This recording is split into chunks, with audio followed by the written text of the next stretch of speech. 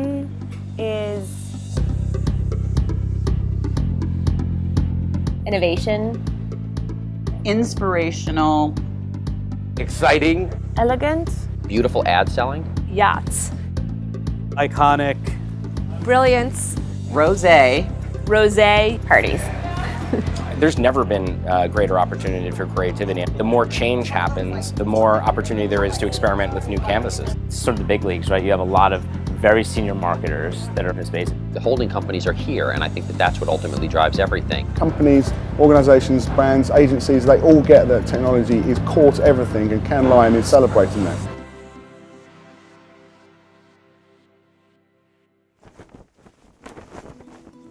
Over the last few years, the word data has become an increasingly used word on the main stage at Cannes. We realised the industry was shifting, was changing. People were talking about it in the context of creativity, but we were trying to understand, does data belong at Cannes, and what does that mean for us as the International Festival of Creativity? What we realised was that data wasn't actually data, it was the technology behind data. It was the enablement that technology was giving to data that was really interesting. So we created Lions Innovation to really try and bridge those two worlds, where the agencies and brands are trying to learn as much as they can about what technology is out there, but more importantly, how they can use it to engage and inspire. And on the flip side, open up Cannes to a new audience. So this was our first year as a company in Cannes. So it was really about seeing the scene, what is happening, what are the cool things that other companies are doing, so that we can come back and be doing a lot of bigger things. I started really hearing in our cultural space that there's a movement towards tech having a much larger presence out here. I started to hear more and more about the tech companies coming and the new media companies coming and the startups coming. And I was really intrigued with how I can just come and meet more brands and agencies that we could work with at Brit & Co. I'm excited to see kind of how the next few years will play out, because this is really the inaugural year. The Innovation Festival is really stepping up against all its competitors and putting technology, innovation and different ways of thinking in terms of process right at the front. This is where the oxygen is in the business at the moment. I mean, everyone wants to know the new economy. Everyone wants to understand what's going to be the next big thing. The idea here is to build relationships that are going to surpass just one deployment or one pilot of our technology within your enterprise, but to understand what the biggest challenges are within your brand and to see how our technology can be uniquely positioned to solve that over the long term.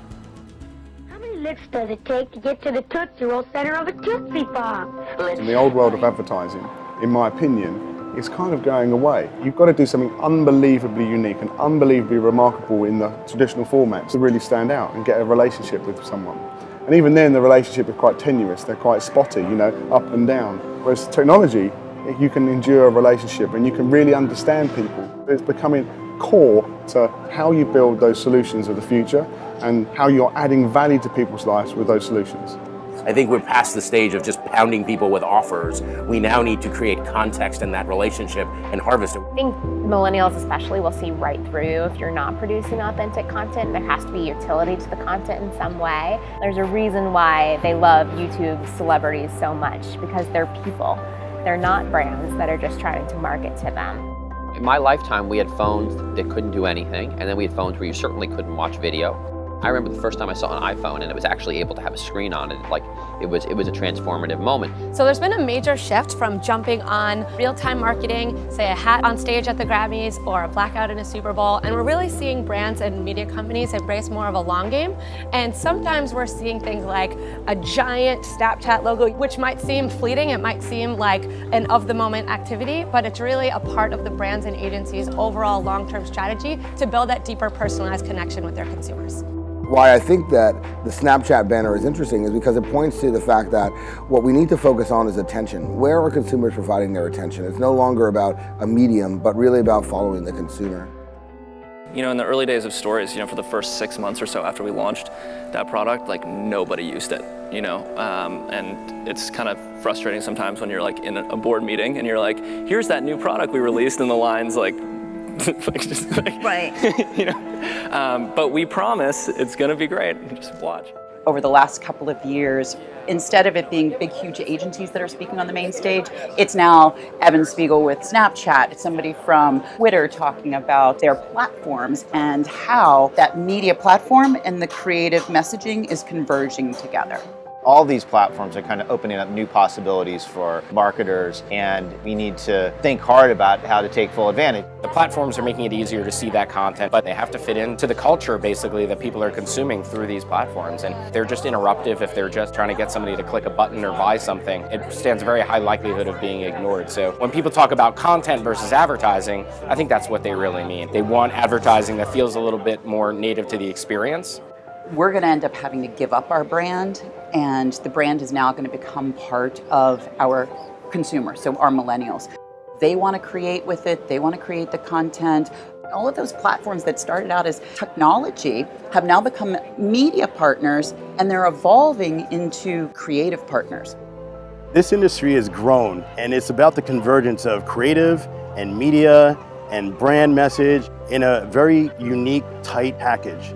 You have this new world that's kind of putting a bigger premium on speed, agility, flexibility, lean startup principles. I mean, to be really competitive. And so how do we keep up? And then how do we find our own unique source of competitive advantage? We find ourselves talking in the tech world about unicorns, the next billion-dollar businesses. But I actually think that what we're going to see is the new unicorns that are born of traditional businesses that are becoming digitized.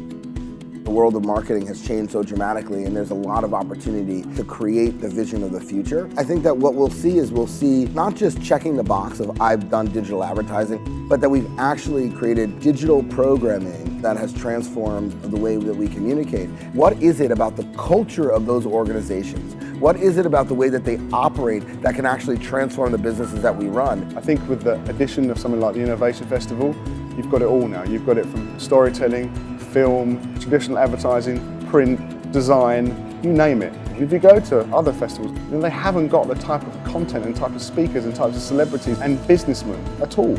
They're all here. They are literally here. And if you want a meeting with someone really important, you'll get it here.